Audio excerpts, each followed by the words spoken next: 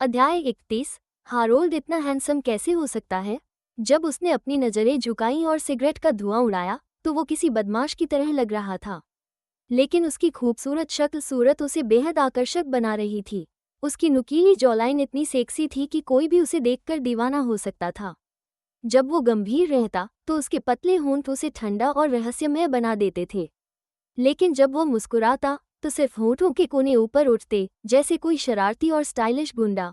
और अगर कोई ध्यान से देखे तो उसकी उठी हुई आंखों के नीचे एक तिल छिपा होता था, जो उसकी सख्ती में एक नरमी जोड़ देता था। क्रिस्टल उस तिल को अपलक देखती रही। कुछ देर बाद जब उसकी सांस सिगरेट के धुएं में उलझ गई तो वो खांसते हुए होश में आई। धुआं धीरे धीरे बिखर गया, लेकिन हारोल्ड का चेहरा अभी भी उतना ही खूबसूरत और सम्मोहक था। क्लिक की आवाज के साथ हारोल्ड ने लाइटर बंद किया और उसकी ओर देखा। तुम हर वक्त मुझे ही क्यों देखती रहती हो? क्रिस्टल का दिल तेजी से धड़कने लगा। उसने उसके तिल की ओर इशारा किया। वो कुछ कहती, इससे पहले ही हारोल्ड ने उसका हाथ पकड़कर उसका चेहरा बिगाड़ दिया। लो, मैं तुम्हें एक बदसूरत चेहरा बना देता हूँ। क्रिस्टल ने गुस्से में उसका हाथ हटाया और हंसते हुए बोली, नहीं, मैं तो बस ये कह रही थी कि तुम्हारी आंख के नीचे एक तिल है। हारोल्ड ने कभी इस बारे में ध्यान नहीं दिया था। वो बस मुस्कुराया और बोला, तुम्हारा फोकस बहुत अजीब होता है। क्या बात है, फिर से मेरा फायदा उठाने की सोच रही हो? क्रिस्टल कुछ कहना चाहती थी कि नहीं, लेकिन वो इतनी नाराज थी कि उसने मुंह फेर लिया। हारोल्ड ने सिगरेट बुझाई और अपनी लंबी उंगलियों से उसका नन्हा सा चेहरा फिर से अपनी ओर घुमा दिया। अब गुस्से में हो? क्रिस्टल ने बस हम किया। ल्यूक ने कार स्टार्ट की और शहर के व्यस्त इलाके की ओर ड्राइव करने लगा। वो सामान लाए हो जो मैंने मंगवाया था? हारोल्ड ने पीछे की सीट से पूछा। तभी सिग्नल पर गाड़ी रुकी। ल्यूक ने पास की सीट से एक बैग उठाया। जो कुछ आपने कहा था सब ले आया हूँ। हारोल्ड ने पेपर बैग खोला और उसमें से एक लाल डिब्बा निकाला।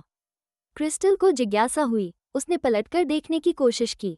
तभी हारोल्ड ने अचानक एक सॉफ्ट कैंडी उसके मुंह में डाल दी। क्रिस्टल उसे आश्चर्य से देखने लगी।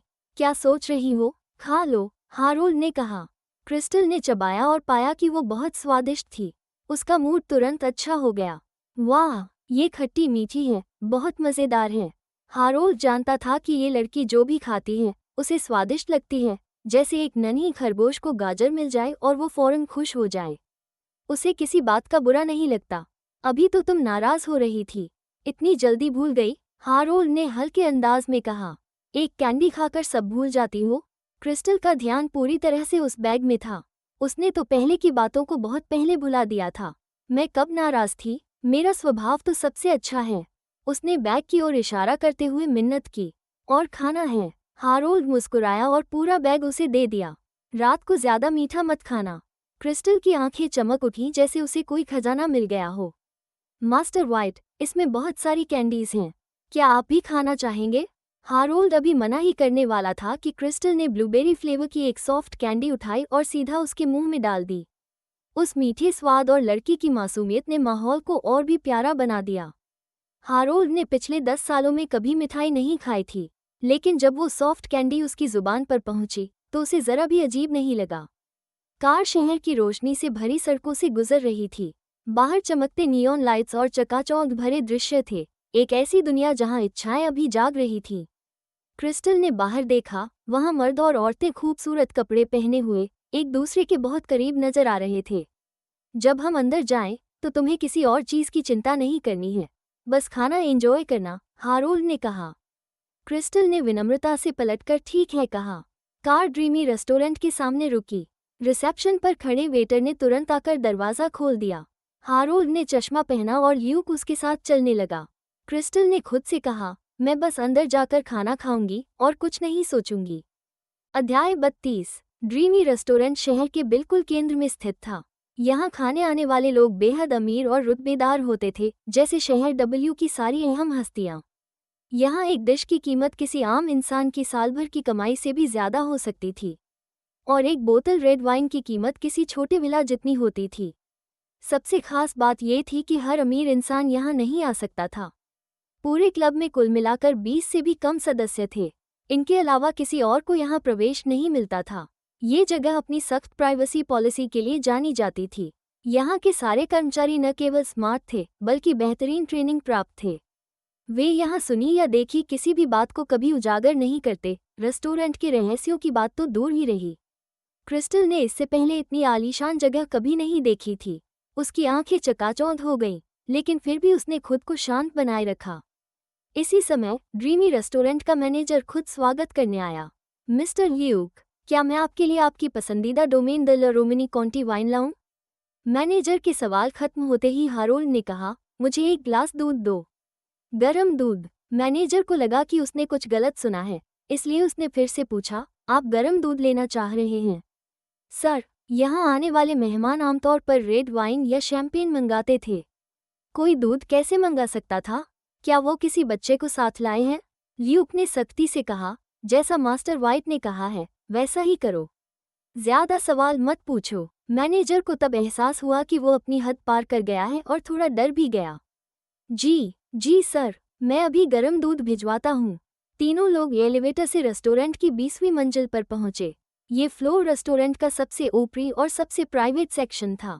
यहाँ केवल विशेष मेहमानों को ही टेबल बुक करने की अनुमति थी।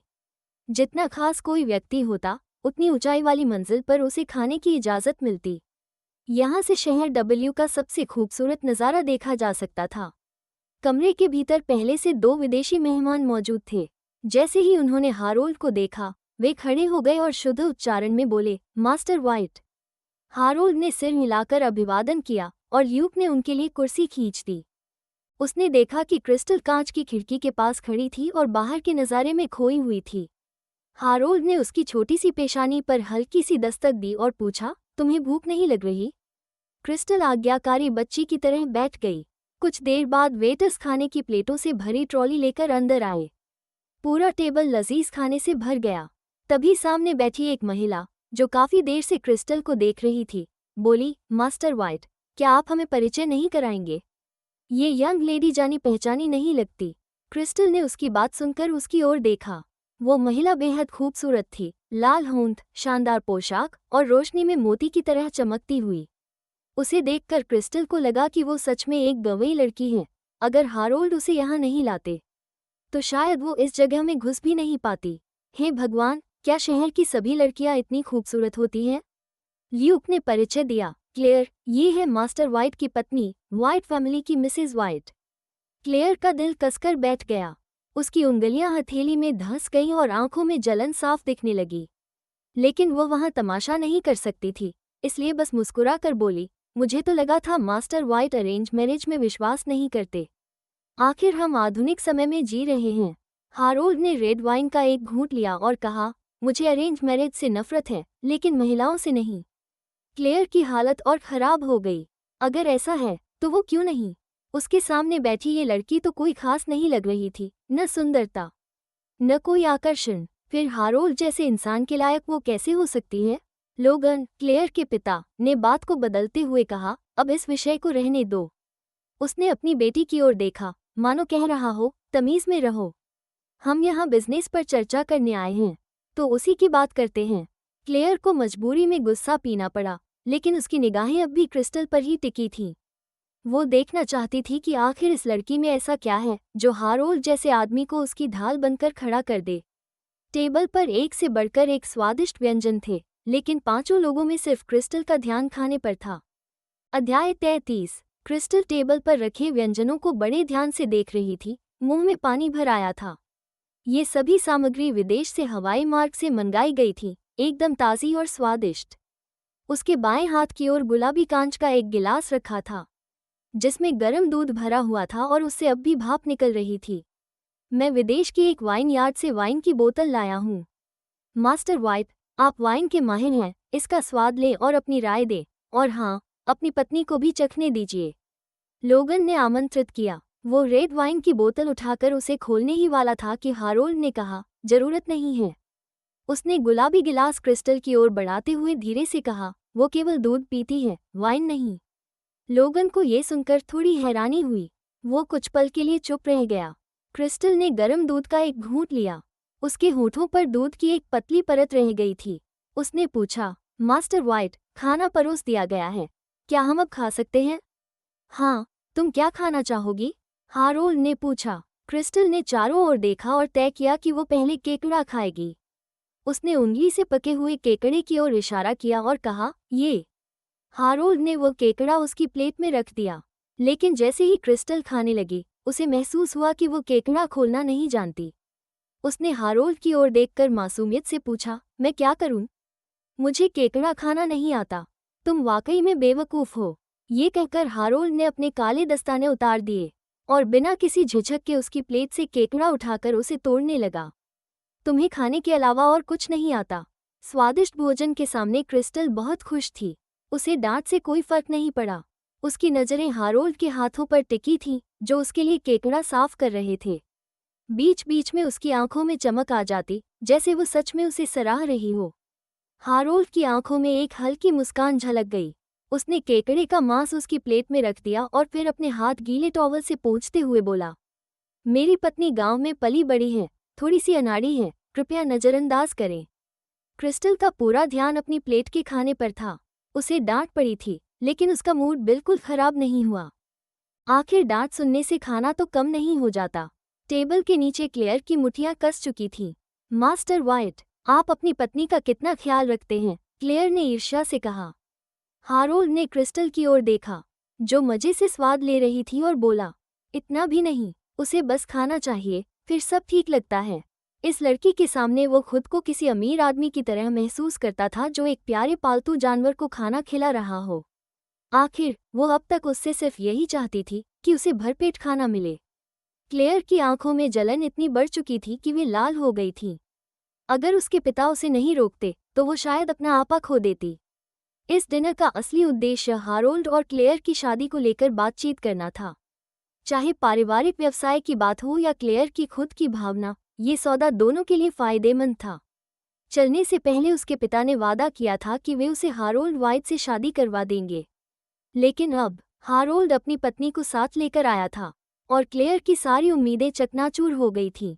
जब मैंने सुना कि आप मर चुके हैं तो मैं चौंक गया। लोगन नहीं चाहता था कि उसकी बेटी कोई तमाशा खड़ा करे, इसलिए उसने विषय बदल दिया। क्या आप बता सकते हैं कि असल में क्या हुआ था? हारोल्ड शांत दिखाई दिया। बस एक चाल थी, कोई बड़ी बात नहीं। वो लोग जो आप जैसे आदमी के खिलाफ षड्यंत्र रचते हैं, शायद जीना नहीं चाहते। एक बार जब आप सामने आएंगे तो वो ज्यादा दिन नहीं बचेंगे। फिलहाल उन्हें थोड़ा और जीने दो। धीरे धीरे हिसाब चुकता करना ज्यादा मजेदार होता है। हारोल्ड का लहजा इतना ठंडा था कि रोंगटे खड़े हो जाएं। लोगन इस आदमी के तरीकों को अच्छी तरह जानता था। उसे मार डालना ऐसा था मानो चांद तक पहुंच जाना। शुक्र है कि वो शहर डब्ल्यू में नहीं रहता। उसे हारोल्ड जैसा दुश्मन नहीं चाहिए था। जिन बेवकूफ़ों ने सोचा कि वो मर चुका है और वाइट परिवार पर कब्जा करने की कोशिश की, उन्हें अब समझ भी नहीं होगा कि उनका अंजाम कितना बुरा होने वाला है। लोगन, क्या तुम जानते हो कि मैंने वो ज़मीन तुम्हें क्यों दी थी? हारोल्ड का स्वभाव हमेशा ऊंचा रहा है, भले ही सामने वाला उससे कई साल बड़ा क्यों न हो। अध्याय 34। लोगन का परिवार कंट्री एस के शाही वंश से था। एक कुलीन वंशज होने के नाते वो अपने परिवार के सारे कामकाज संभालता था। वो अपने देश में एक बड़ा और प्रभावशाली व्यक्ति भी था, लेकिन हारोल्ड के सामने उसे केवल नम्र होकर आभार व्यक्त करना पड़ा। मैं हमेशा आपके उपकार को याद रखता हूँ, मास्टर वाइट। जहाँ तक कारण की बात है, मैं नहीं जानता और जानने की हिम्मत भी नहीं करता। उस समय उस जमीन को पाने के लिए कई प्रतिस्पर्धी सामने आए थे और उनमें से अधिकांश लोगन जैसे ही रईस और कुलीन थे। लेकिन हारोल्ड ने केवल लोगन के परिवार को महत्व दिया। हारोल्ड की पतली लंबी उंगलियां मेज पर धीरे धीरे थाप देती रहीं। क्रिस्टल अब भी केकड़े का मांस खा रही थी। वो नन्ही सी थी लेकिन भूख काफी ज्यादा थी। उसका खाने का तरीका बहुत शालीन नहीं था, लेकिन वो बहुत प्यारी लग रही थी। हारोल्ड के होठों पर एक हल्की मुस्कान आई। मैंने तुम्हें इसलिए चुना क्योंकि तुम्हारी सोच साफ है। तुम एक समझदार आदमी हो। सच कहूं तो जब आपकी मौत की खबर मिली तब मैं कुछ समय के लिए दुविधा में था, लेकिन मैं जानता था कि आप साधारण इंसान नहीं हैं। इतनी आसानी से आप नहीं मर सकते, लोगन ने कहा। उसकी बातों में सच्चाई थी। हारोल्ड को ऐसे लोग पसंद थे जो बेमतलब की चापलूसी नहीं करते। ल्यूक एक और खड़ा था। जब उसने देखा कि दोनों पक्षों की बातचीत लगभग पूरी हो चुकी है तो उसने एक दस्तावेज लोगन के सामने रख दिया। लोगन ने जैसे ही उसे देखा, वह हैरानी छुपा नहीं सका। ल्यूक ने कहा, मिस्टर लोगन, यह अनुबंध हमने तैयार किया है। यदि आपको इसमें कोई आपत्ति न हो तो आप हस्ताक्षर कर सकते हैं। यह वही अनुबंध था जिसकी लोगन ने हमेशा से ख्वाहिश की थी। उसे पढ़ने की भी जरूरत नहीं लगी, उसने तुरंत हस्ताक्षर कर दिए। कंट्रीज की वह जमीन मिल जाने से उसके परिवार की ताकत हर दिन बढ़ेगी, और अगर वे व्हाइट परिवार के साथ साझेदारी में रहते हैं तो सिर्फ फायदे ही होंगे, बशर्ते वे अपनी पूर्ण निष्ठा दिखाएं। ल्यूक ने दस्तावेज समेटते हुए कहा, व्हाइट परिवार का साझेदार बनने पर बधाई हो। अनुबंध पर हस्ताक्षर हो जाने के बाद क्रिस्टल ने आखिरकार बड़ा केकड़ा खत्म कर लिया। उसने पास रखा गीला तौलिया उठाया ताकि अपने हाथ साफ कर सके, लेकिन तेल आसानी से नहीं हट रहा था।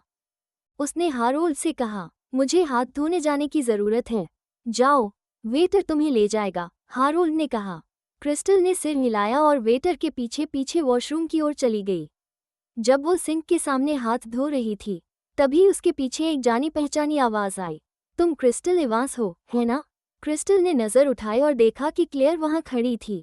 वो उसे ऊपर से नीचे तक घूरते हुए उसका आंकलन कर रही थी। क्लेयर लंबी और पतली थी। उसके बगल में खड़ी क्रिस्टल बहुत ही नाजुक और छोटी दिख रही थी। हाँ, क्या मैं आपकी कोई मदद कर सकती हूँ? क्रिस्टल ने शांति से पूछा। क्लेयर का लहजा रूखा और घमंडी था।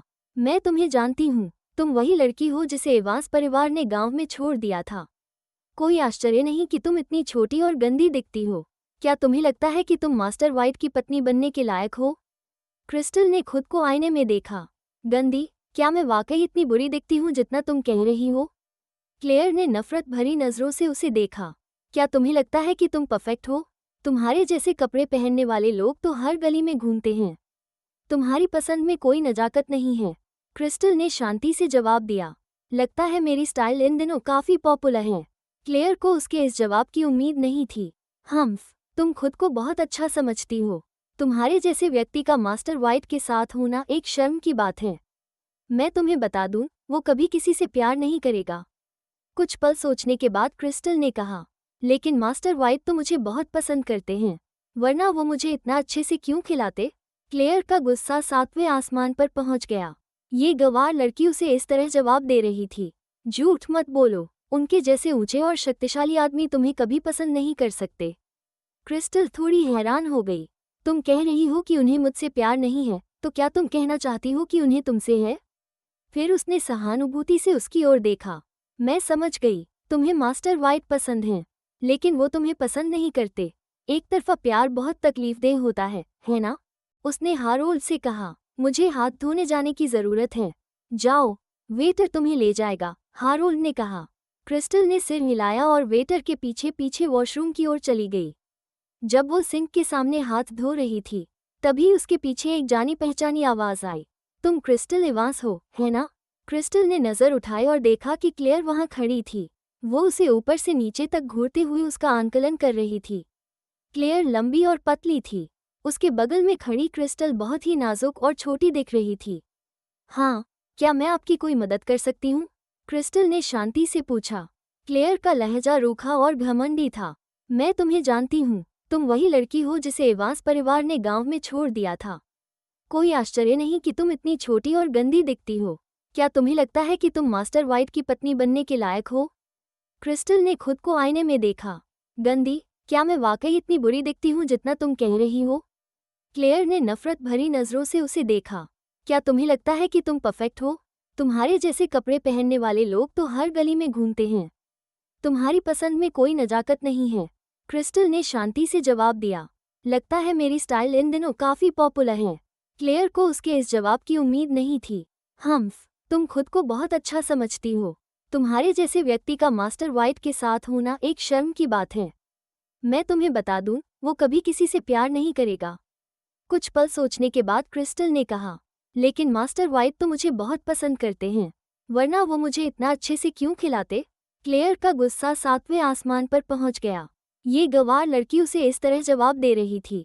झूठ मत बोलो, उनके जैसे ऊंचे और शक्तिशाली आदमी तुम्हें कभी पसंद नहीं कर सकते। क्रिस्टल थोड़ी हैरान हो गई। तुम कह रही हो कि उन्हें मुझसे प्यार नहीं है, तो क्या तुम कहना चाहती हो कि उन्हें तुमसे है? फिर उसने सहानुभूति से उसकी ओर देखा। मैं समझ गई, तुम्हें मास्टर व्हाइट पसंद हैं, लेकिन वो तुम्हें पसंद नहीं करते। एक तरफा प्यार बहुत तकलीफदेह होता है ना? अध्याय 35। तुम क्या बकवास कर रही हो? क्लेयर ने क्रिस्टल के कंधे को जोर से धक्का दिया। तुम खुद को समझती क्या हो? मास्टर व्हाइट ने तुम्हें बस यूं ही मूड में आकर बाहर ले लिया था। मर्दों को हमेशा नई चीजें पसंद आती हैं। तुम चाहे जितनी भी गंवार हो, वो तुम्हें जल्द ही किसी कचरे की तरह फेंक देगा। अगर कोई और होता तो शायद सहन नहीं कर पाता, लेकिन क्रिस्टल अलग थी। वो बिल्कुल शांत रही। तो फिर जब तुम इतनी परफेक्ट हो तो मास्टर व्हाइट तुम्हें क्यों पसंद नहीं करते? उसने ये सवाल बहुत ईमानदारी से किया। आखिर क्लेयर सच में बहुत खूबसूरत थी। फिर मास्टर व्हाइट उसे क्यों नहीं चाहते थे? क्लेयर पागल होने की कगार पर थी। ये लड़का उसके साथ मजाक कर रही थी। छी, तुम जैसी लड़की को क्या हक है मुझसे ऊंचा बोलने का? डिनर टेबल पर हारोल्ड ने क्रिस्टल की परवाह की थी। यही बात क्लेयर की ईर्ष्या की जड़ थी। गुस्से में पागल होकर उसने क्रिस्टल के दोनों कंधों को कसकर पकड़ लिया, जैसे उसे मसल ही देगी। छोड़ दो मुझे, दर्द हो रहा है, क्रिस्टल ने दर्द में चिल्लाते हुए कहा। छोड़ दूं? अब डर लग रहा है? एक गंदी सी गली की चूहिया मुझ पर चिल्लाएगी? आज सबक सिखाती हूँ। उसका चेहरा नफरत से भर गया था। उसकी पकड़ और भी कसती जा रही थी। फिर उसने क्रिस्टल की गर्दन के पीछे से पकड़कर उसे दीवार से पटकने की कोशिश की। क्रिस्टल ने पूरी ताकत लगाकर खुद को छुड़ाया और वहां से भाग निकली। क्लेयर की गालियां देती आवाजें उसके पीछे आती रहीं। भागते हुए क्रिस्टल की नज़र हारोल्ड पर पड़ी और वह बिना एक पल गनवाए उनके सीने से जा लिपटी, जैसे कोई डूबती जान बचाने के लिए तिनके का सहारा पा गई हो। क्या हुआ? हारोल्ड ने अपनी बाहों में सिमटी लड़की से पूछा। किसी ने मुझे मारा और बहुत बुरा बोला। हऊ, बहुत डर लग रहा है। क्रिस्टल ने फिर से रोना शुरू कर दिया। हारोल्ड का चेहरा गंभीर हो गया। रो मत, ठीक से बताओ, किसने मारा? जैसे ही उसने ये पूछा, एक वेटर और क्लेयर वहां पहुंच गए। वेटर को लगा मामला गड़बड़ है, इसलिए वो इसमें नहीं पड़ना चाहता था। तुम्हें चोट लगी है? मुझे दिखाओ। हारोल्ड की भौहें सिकुड़ गईं और उसका गुस्सा फूटने को था। क्रिस्टल ने मासूमियत से अपनी शर्ट की कॉलर हटा दी। हारोल्ड ने जब उसकी सफ़ेद गर्दन पर पड़े निशान और सूजन देखे तो एक झलक में ही समझ गया कि उस पर कितनी बेरहमी से वार हुआ है। उसकी आंखों में क्रूरता चमक उठी। वो सीधे क्लेयर की ओर घूरने लगा। उसका चेहरा एकदम डर से सफ़ेद हो गया। हारोल्ड ने पहले कभी उसे इस नज़र से नहीं देखा था। क्यों? आखिर क्यों वो इस गंवार लड़की के लिए इतना पक्षपाती हो रहा है? उसमें ऐसा क्या है जो मुझे नहीं है? क्रिस्टल और जोर से सुबकने लगी। पहले इसने मुझे गालियां दी, फिर धक्का दिया और फिर दीवार पर सिर मारने की कोशिश की। अगर मेरा दिमाग ही खराब हो जाता तो? ये बहुत बुरी औरत है। मास्टर व्हाइट, ऐसी बात नहीं है। मैंने कुछ नहीं किया। क्लेयर ने पूरी कोशिश की सफाई देने की। मैं तो बस मिसेज व्हाइट से थोड़ा घुलना मिलना चाहती थी, लेकिन उसने अचानक मुझ पर चिल्लाना शुरू कर दिया। कहा कि मैं आपसे फ्लर्ट कर रही हूँ। उसने मुझे चेतावनी दी कि आपसे दूर रहूं, लेकिन हारोल्ड पर इसका कोई असर नहीं हुआ। उसकी आंखों में अब भी बर्फ सी ठंडी चमक थी। क्या तुम सोचती हो कि मैं इस पर यकीन कर लूंगा? अब क्लेयर और सहन नहीं कर पाई। उसका सारा दबा हुआ गुस्सा एक जोरदार चिल्लाहट में फूट पड़ा। आखिर तुम मुझे पसंद क्यों नहीं करते? मुझमें क्या कमी है? क्या मैं इस बदबूदार गांव की गंवार से भी गई गुजरी हूँ? ये सुनकर क्रिस्टल की आंखें गुस्से से भर गईं। सुना आपने? ये हमेशा मुझे गांव की लड़की बुलाती है और अब कह रही है कि मैं बदबूदार भी हूँ। हारोल्ड ने अपनी हथेली से उसकी आंखों से आंसू पोंछे। उसका चेहरा हमेशा की तरह गुलाबी और नर्म था, लेकिन आज वो बहुत टूटी हुई लग रही थी। वो यकीनन बहुत अपमानित और घायल महसूस कर रही थी। शाश, चुप हो जाओ, अब मैं तुम्हारा बदला लूंगा, ठीक है? हारोल्ड ने जैसे किसी रोते हुए बच्चे को मनाने की तरह कहा। अध्याय 36। क्रिस्टल को शांत करने के बाद हारोल्ड भारी कदमों से क्लेयर की ओर बढ़ा।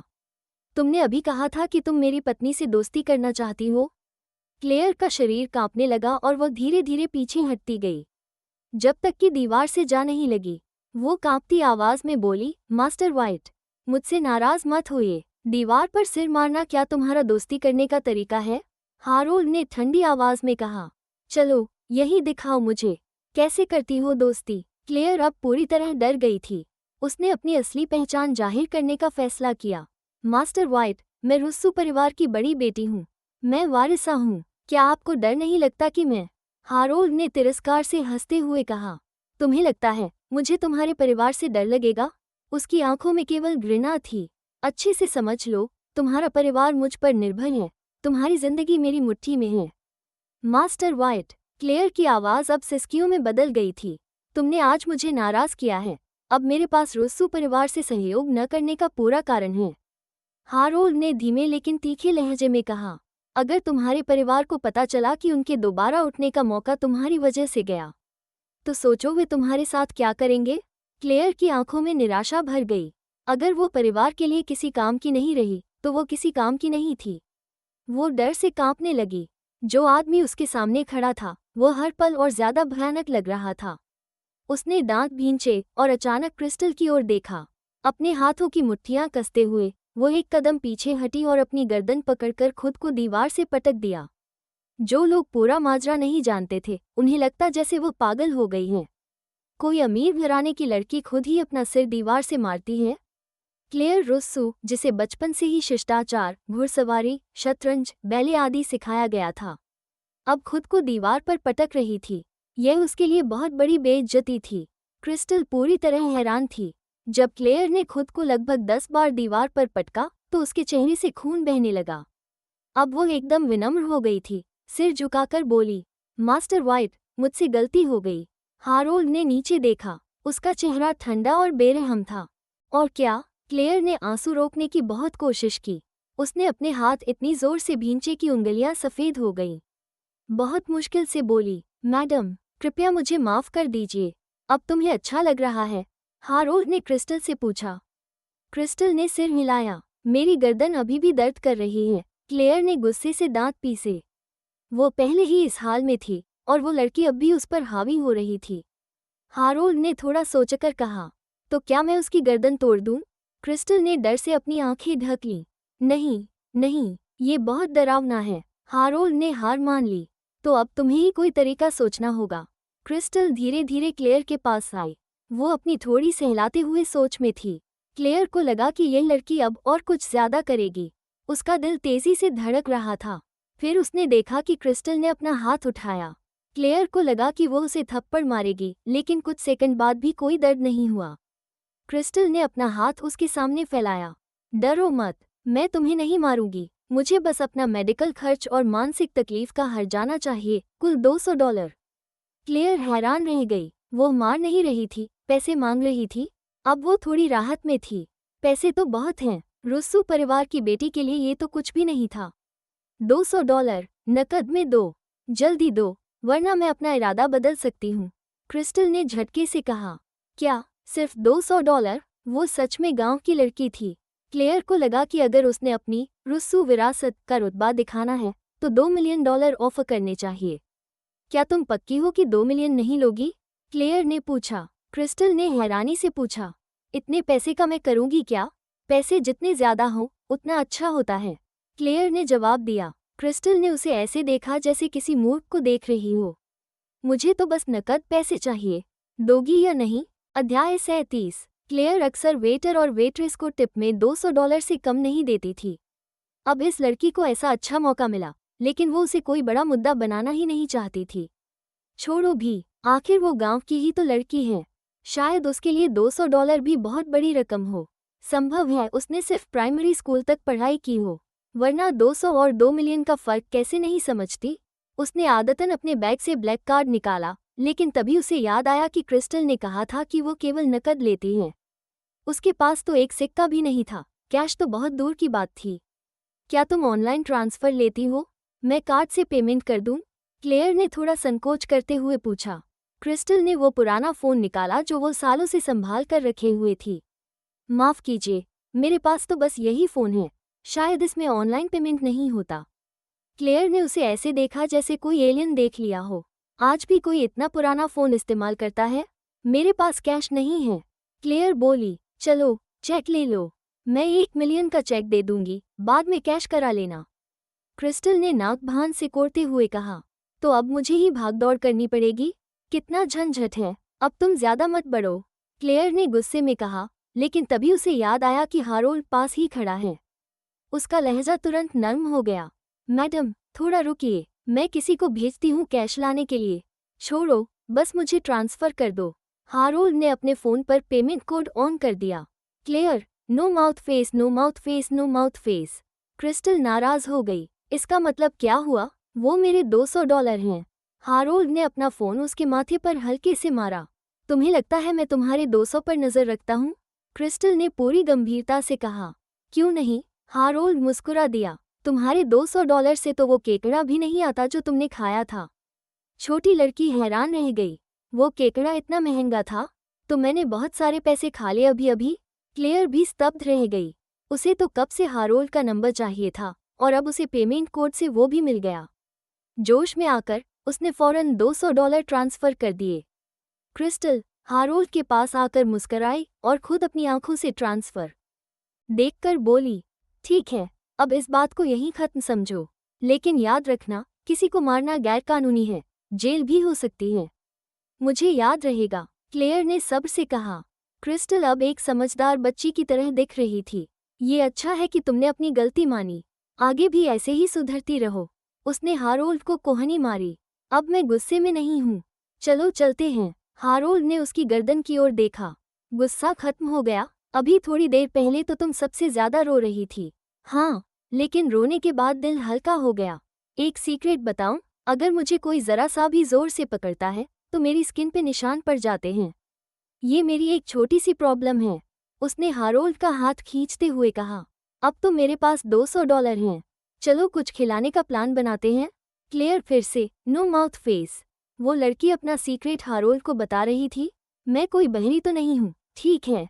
क्रिस्टल के चेहरे पर जो जीत की मुस्कान थी, उसे देखकर हारोल्ड भी हार मान गया और बोला, ठीक है, बताओ क्या खिलाओगी?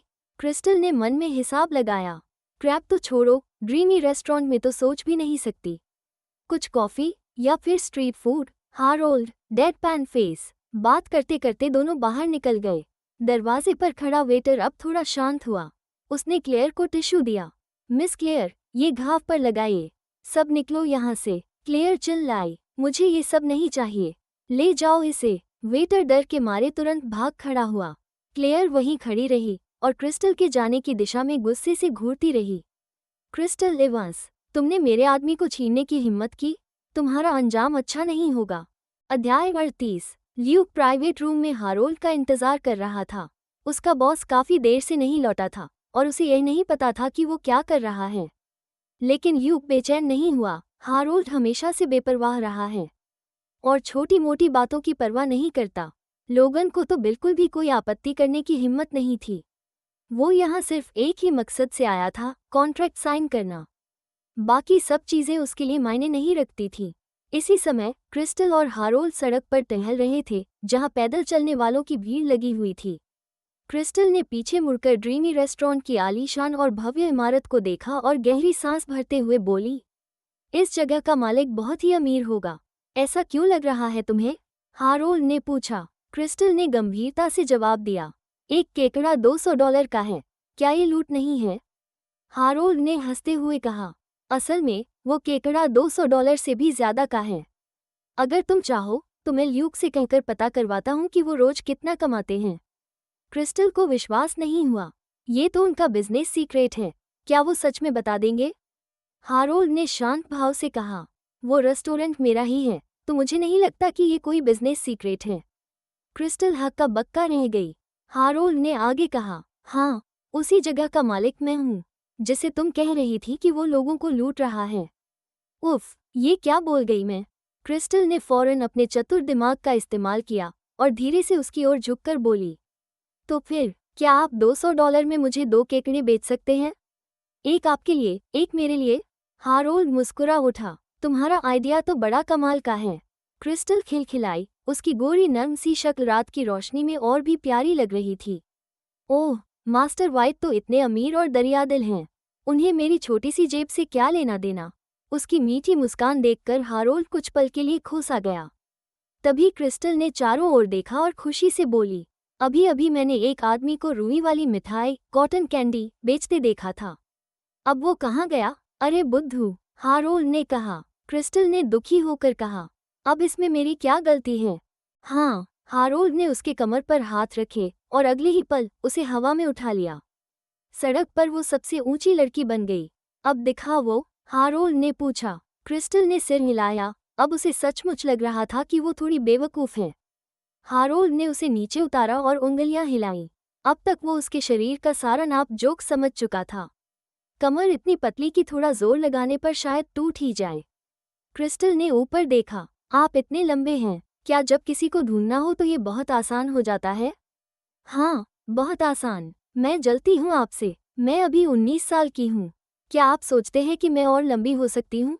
नहीं, अब नहीं हो सकती, हारोल्ड ने बेहद सीधे सपाट लहजे में कहा। क्रिस्टल का दिल जैसे टूट गया। थोड़ा घुमा फिराकर नहीं कह सकते थे?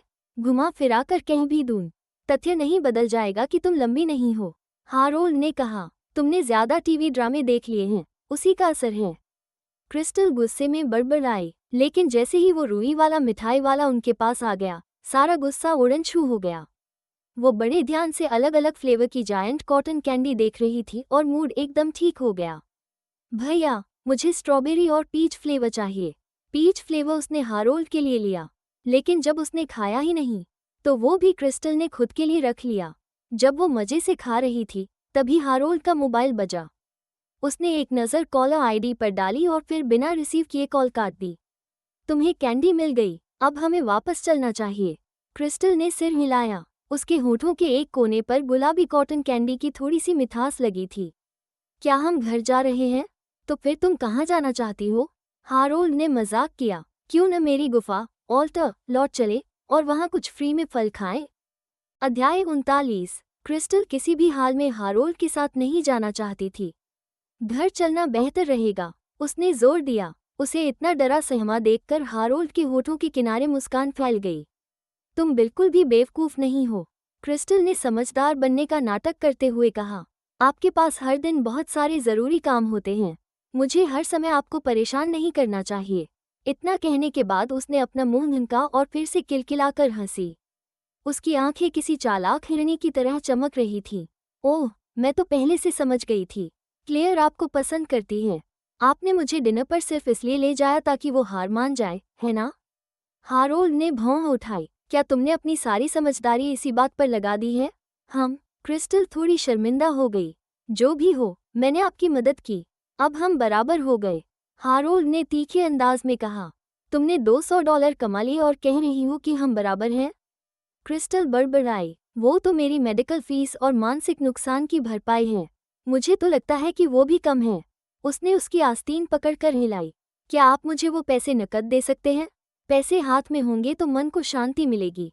हारोल्ड ने उसकी बात अनसुनी कर दी और धीरे से बोला, मेरे पास समय नहीं है। इतना कहकर वो आगे बढ़ गया और क्रिस्टल उसकी पूंछ की तरह पीछे पीछे चलने लगी। ज्यादा समय नहीं लगेगा, 2 मिनट, 1 मिनट, प्लीज, वो मेरे पैसे हैं। आप खुद रख तो नहीं सकते, है ना? मैं 1 मिनट में लाखों कमा सकता हूँ। तुम्हें क्या लगता है, तुम्हारे $200 ज्यादा जरूरी हैं? हारोल्ड ने पूछा। क्रिस्टल ने सिर झुका लिया। अब आप मेरे दिल के सबसे अच्छे इंसान नहीं रहे। हारोल्ड ने कार का दरवाज़ा खोला और इशारा किया। गाड़ी में बैठो। क्रिस्टल चुपचाप बैठ गई, लेकिन मन ही मन बड़बड़ाती रही। अब आप मेरे दिल के सबसे अच्छे इंसान नहीं हैं। हारोल्ड भी उसके बगल में बैठ गया और सिर घुमाकर उसकी ओर देखा। फिर वो उसके थोड़ा और करीब झुक गया। क्रिस्टल घबरा गई और चिल्लाई, क्या कर रहे हैं आप? हारोल्ड ने नीचे देखा। वो छोटी सी लड़की सिकुड़ी हुई थी। फिर उसने उसकी तरफ से सीट बेल्ट निकाली और बोला, बेल्ट पहनाने आया हूँ। तुम क्या सोच रही थी? क्रिस्टल ने मासूमियत से जवाब दिया, मुझे लगा आप मुझे फिर मारने वाले हैं। फिर तो मेरी जिंदगी ही खत्म हो जाएगी। फिर का क्या मतलब था यहाँ? हारोल्ड कुछ कहने ही वाला था कि क्रिस्टल बेचारे अंदाज में बोली, वैसे आप चाहें तो मुझे अस्पताल भी भेज सकते हैं। हारोल्ड पूरी तरह चुप हो गया। ड्राइवर सीट पर बैठा ल्यूक इतनी जोर से हंसा कि उसका पेट दुखने लगा। उसने क्रिस्टल को यह नहीं बताया कि हारोल्ड उन आदमियों में से नहीं है जो औरतों पर हाथ उठाते हैं। ओह, अचानक बहुत दर्द हो रहा है। क्रिस्टल ने अपनी गर्दन को छुआ और पूछा, क्या कार में कोई दवा है? मुझे थोड़ी चाहिए। कहाँ दर्द हो रहा है? हारोल्ड ने पूछा। क्रिस्टल ने अपनी शर्ट का कॉलर थोड़ा हटाया और उसकी साफ गोरी त्वचा पर एक नीला निशान और भी ज्यादा उभर आया। कार के चलने से पहले ही ल्यूक ने फर्स्ट एड किट निकालकर हारोल्ड को दे दिया। उस फर्स्ट एड बॉक्स में सिर्फ बाहर से लगाई जाने वाली विदेशी दवाइयाँ थीं। हारोल्ड ने उसमें से ब्रूस की क्रीम निकाली। जैसे ही उसने ट्यूब खोली, क्रिस्टल डर गई। ये बहुत ज्यादा तो नहीं जलेगा ना? अगर बहुत जलाया तो मैं रो पड़ूंगी। नहीं, बिल्कुल नहीं जलेगा। क्रिस्टल ने राहत की सांस ली। फिर तो ठीक है। वो हारोल्ड की ओर झुक गई ताकि वो दवा लगा सके।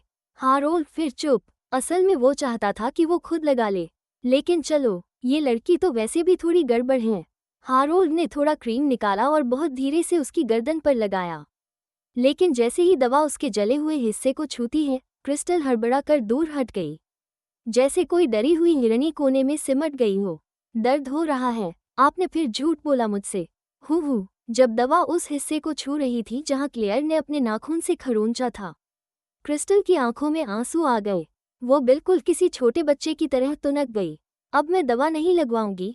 अध्याय 40। हारोल्ड ने उसे खींचकर पास किया और धीमे स्वर में कहा, हिलो मत।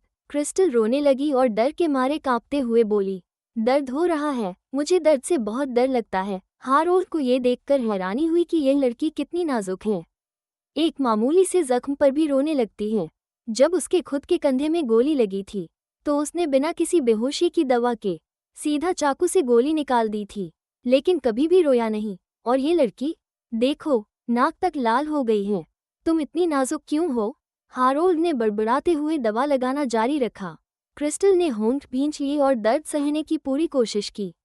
मटर के दाने जैसी आंसू की बूंदें उसकी गालों पर लुढ़क पड़ी, उसे और भी बेबस और मासूम बना रही थीं। ड्राइविंग सीट पर बैठा ल्यूक अपनी हंसी रोकने की पूरी कोशिश कर रहा था। ये नज़ारा देखना ही सब कुछ था। मास्टर वाइट किसी लड़की को दवा लगा रहे हैं। सब कुछ हो जाने के बाद भी क्रिस्टल सुबक रही थी। हारोल्ड ने उसके नर्म काले बालों को कानों के पीछे किया। उसका खूबसूरत चेहरा आंसुओं से भीगा हुआ था। इस बार उसकी आवाज़ थोड़ी नर्म हो गई। अब मत रो। अब दर्द उतना नहीं था, लेकिन क्रिस्टल का रोना बंद ही नहीं हो रहा था। मैं अब और सह नहीं सकती। मुझे और समय चाहिए। ऐसा भी होता है क्या? हारोल्ड, जिसने कभी आंसू नहीं बहाए, को इसका अंदाजा नहीं था। उसने एक टिश्यू बॉक्स उसकी तरफ फेंका। लो, आंसू पोंछ लो। आखिरकार उसने कार से एक कैंडी बैग निकाला। क्या मीठा खाने से तुम्हारा मूड अच्छा होगा? क्रिस्टल ने रोना बंद कर दिया और हाथ बढ़ा दिया। पता नहीं, लेकिन मुझे टॉफियां खानी हैं। कुछ सॉफ्ट कैंडीज खाने के बाद क्रिस्टल का रोना थम गया, लेकिन उसकी आंखें सूजी हुई थीं। अगर हारोल्ड को पहले पता होता तो वो शायद पहले ही कैंडी दे देता। जब वे एवंस परिवार की विला पहुंचे, हारोल्ड ने देखा कि क्रिस्टल कार से उतर गई, लेकिन जैसे ही वो पिछले दरवाजे तक पहुंची, वो फिर से दौड़ती हुई वापस आई। सांसें फूल रही थीं, चेहरा चिंता में डूबा था। उसने खिड़की पर दस्तक दी। हारोल्ड ने खिड़की नीचे की। तुम वापस नहीं जाना चाहती? क्रिस्टल ने सिर हिलाया। क्या आप किसी ऐसे व्यक्ति से मिलने जा रहे हैं जिसे आप पसंद नहीं करते? या फिर कोई ऐसा काम करने जो आपको अच्छा नहीं लगता? तुम ऐसा क्यों सोचती हो? जब आप फ़ोन देख रहे थे तो बिल्कुल भी खुश नहीं थे, तो मुझे लगा ज़रूर कोई बड़ी परेशानी है। हारोल्ड फिर चुप हो गया। आप बहुत अमीर हैं, फिर भी ऐसा समय आ सकता है जब आप खुश नहीं रहते। क्रिस्टल ने अपनी जेब से कुछ कैंडीज निकाली। ये लीजिए, जाने से पहले थोड़ा मीठा खा लीजिए, मूड अच्छा हो जाएगा। हारोल्ड के मना करने से पहले ही लड़की भागती हुई चली गई।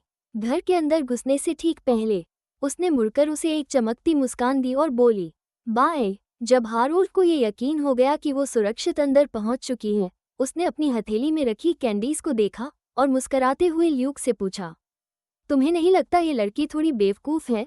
ल्यूक कुछ पल सोचकर बोला, हाँ, थोड़ी, लेकिन ऐसी ही लड़कियां अक्सर बहुत किस्मत वाली होती हैं। पूरे सिटी डब्ल्यू में कौन हारोल्ड को आदेश दे सकता है? और ये नादान सी लड़की? हर बार जब वो रोती है, मास्टर वाइट उसे कैंडी दे देते हैं। जिन्होंने भी इस आदमी के लिए काम किया है, वे उसके सामने खड़े होते ही कांप जाते हैं। फिर ल्यूक ने पूछा, मास्टर वाइट, आप मिस एवंस के साथ क्या करना चाहते हैं? हारोल्ड ने सीधा जवाब दिया, वो बहुत दिलचस्प है, उसे अपने पास रखना अच्छा लगता है, मूड अच्छा रहता है, वो बस खाती रहती है, लगता है जैसे कोई सुअर पाल लिया हो। ये एहसास मेरे लिए नया है। ल्यूक कुछ बोल नहीं पाया। सुअर पालना ऐसा तो नहीं होता, और वैसे भी सुअर को मोटा करने के बाद काट दिया जाता है। लेकिन मास्टर वाइट जैसी देखभाल क्रिस्टल को दे रहे थे, वो तो शायद सिटी डब्ल्यू की किसी भी रईस लड़की को भी नहीं मिलती। लेकिन ल्यूक ये सब सोचकर भी जुबान पर नहीं ला सकता था। आखिर जो भी हारोल्ड को पसंद आ जाए, उसके बारे में कुछ बोलने की हिम्मत किसी में नहीं होती। कार रात में तेजी से चल रही थी और बाहर नियॉन लाइट्स की चमक थी। हारोल्ड ने शायद महसूस नहीं किया, लेकिन उसका दिल अब भी उसी छोटी लड़की के इर्द गिर्द घूम रहा था। उसने सोचा, शायद अच्छा खाना खा खा कर वो अब थोड़ी चतुर हो गई है। वो सही थी, हर दिन उसे कुछ न कुछ ऐसा करना पड़ता है जो उसे अच्छा नहीं लगता। अगर आपको ये स्टोरी पसंद आई हो तो स्टोरी को लाइक करें, चैनल को सब्सक्राइब करें। मिलते हैं अगले वीडियो में, तब तक के लिए धन्यवाद।